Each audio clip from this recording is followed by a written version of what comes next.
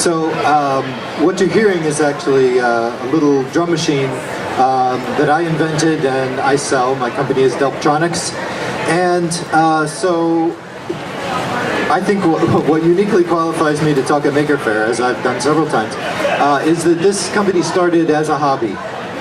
So I was into electronics and making noises, and within a year of getting serious into that, I started a company. So now we make drum machines and synthesizers and all kinds of stuff like that.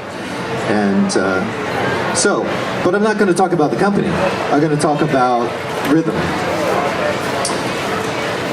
There's a whole controversy about drum machines versus real drums, and it's part of the bigger controversy of real music versus computers. And a lot of artists, they're called laptop artists, they get up on stage and basically just hit play. Very, very contentious. And that can be traced back to the 70s with the whole guitars versus synthesizers controversy. On the left there is Queen. They famously put a little blurb in the liner notes of all their early albums saying this album was produced entirely without synthesizers. So this has been going a long time, but this it actually goes back much further than that to the biggest controversy, the rocks versus sticks. And wait, why are you seriously, you're laughing? This is real. All right, well, forget it then. I'm going to talk about math instead. Okay, so this isn't really about the history of rhythm, because that's a really long talk and I'm going to go way over, but I'm going to talk about one really cool bit of rhythm that I think is really fun. But it's got a totally geeky name, of course. So Euclidean rhythms.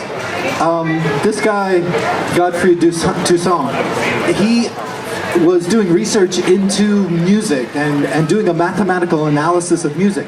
And he discovered that all of the African-based rhythms have a mathematical background, purely by accident, but that's what happened. In fact, most world music, African, European, most Asian music except Indian, has these mathematical formulas underlying them. And of course nobody thought that when they were banging on drums, but it comes out that way. It's really cool, and we're going to hear that.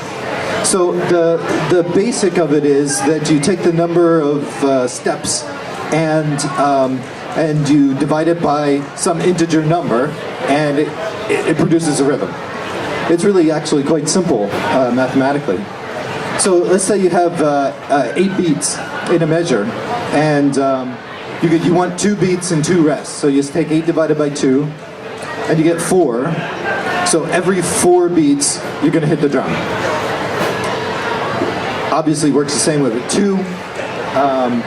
So every 2 beats, you hit the drum. Now, it gets interesting when you get into numbers that don't divide perfectly into the number of beats in the measure. So in an 8-beat measure, if you're going to have 3 beats, you divide that, you get 3. You really get 3.66 repeating. But that gets rounded up, or 2.66. So every 3 beats, you get a beat, you hit the drum. And then there's a little bit left over, and that repeats. Yeah, it seems really odd that this is how all these rhythms are built, but they really are. And we can actually hear that. So we're going to look at it a little bit differently. We're going to look at it from a more traditional 16-step pattern. And I'm going to program this drum machine to make a pattern. So we will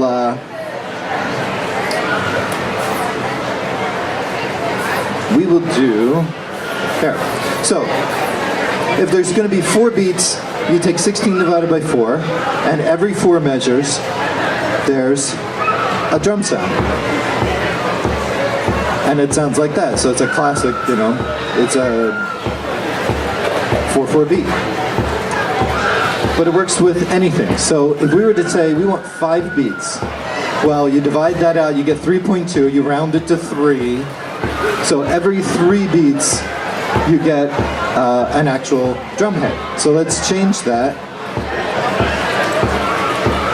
So we'll have it on beats 1, 3, 6, 9.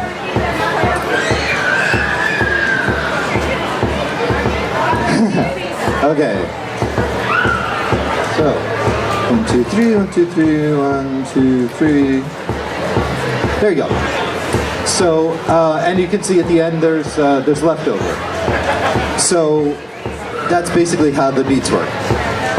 And again, if you divide by 3, you get this rhythm. So there's 3 beats, and again, you're rounding down. So you're taking an integer.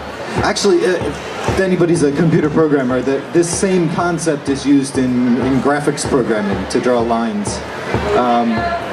If you are a programmer and you want to hear more about that, see me afterwards. So you can also shift them. So if you take a pattern like the 3,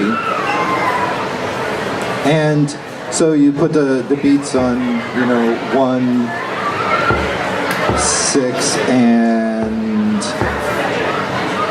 11, and you have that beat. And what we'll do on the drum machines, we'll pick a different instrument and we'll put those on the other ones. So that would be 1,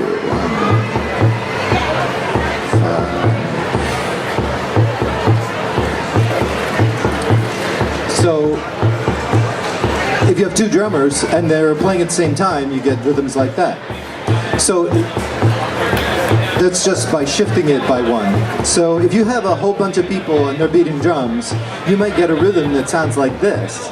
And the funny thing about it is, and I suppose the reason why this came to be in a natural way, is because if you get a bunch of people that don't know anything about drums, you say, just drum, you're going to get these Euclidean rhythms. And of course you can get even more complicated and then throw in like the 4-step too. So we'll use a different drum for that. And you get these rhythms like that. And it's pretty amazing. There are actually some computer programs and some synthesizer modules that have taken this research, which by the way is only came out in 2005. This is relatively new research.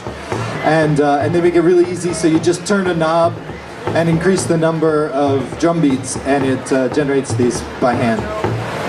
So this is just hardly a history of rhythm, but it's just a little something I wanted to share with you. Fascinating little bit about rhythm and how it relates to math and how everything is totally nerdy. And that's it for me.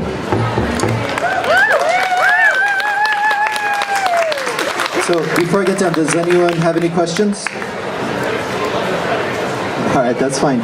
If you're interested in talking, or if you want a card or anything, I have a blog about electronics and music and so forth. Just see me afterwards. Thanks very much.